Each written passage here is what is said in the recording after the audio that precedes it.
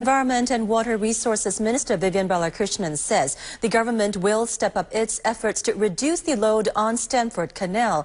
It was identified as a key factor leading to recent flooding at Orchard Road.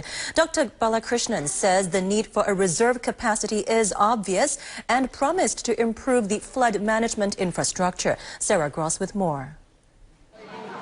When heavy rain pounded Singapore's shopping belt for 3 hours on the 23rd of December, the worst fears of retailers came true. At Liat Towers, the basement was again turned into a pond. A week later, PUB explained that a host of factors gave rise to the situation. A key cause was traced to Stamford Canal, which could not cope with the surge in water during heavy rainfall and reached full capacity.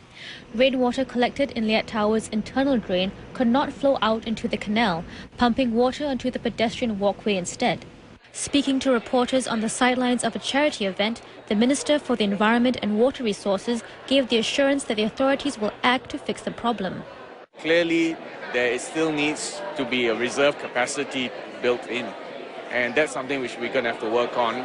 It's not something which can be solved overnight because these are very expensive projects. It will take major infrastructure.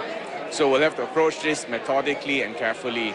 But what I am making a commitment to is that we will make things better.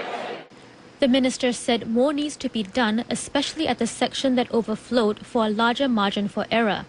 The fact that Stamford Canal at that section had reached 100% capacity means that we don't have enough reserve capacity to deal with more intense rainfall and further variability in the weather, which I anticipate will occur in the future. So we will have to accelerate our plans for alternatives to Stamford Canal. The minister will address this issue when Parliament sits next week.